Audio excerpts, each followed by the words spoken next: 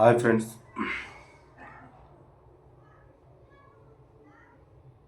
ఏంటంటే మన బస్సు ఎక్కడికైనా వెళ్ళని, ఏ ఊరికైనా వెళ్ళని,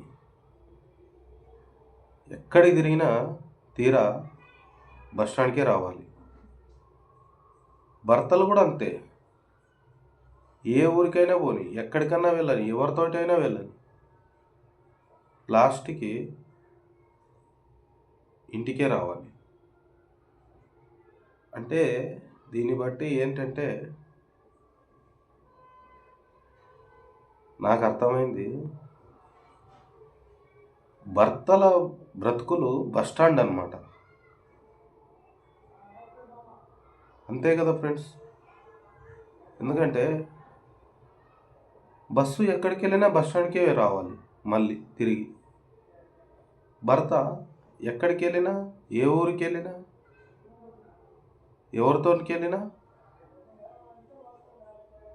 తిరిగి ఇంటికే రావాలి.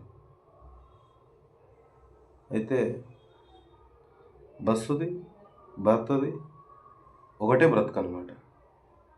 బస్సు బస్ స్టాండ్కే వెళ్ళాలి, భర్త ఇంటికే రావాలి. అంటే భర్త బ్రతుకు బస్ స్టాండ్ అన్నమాట. నిజమే.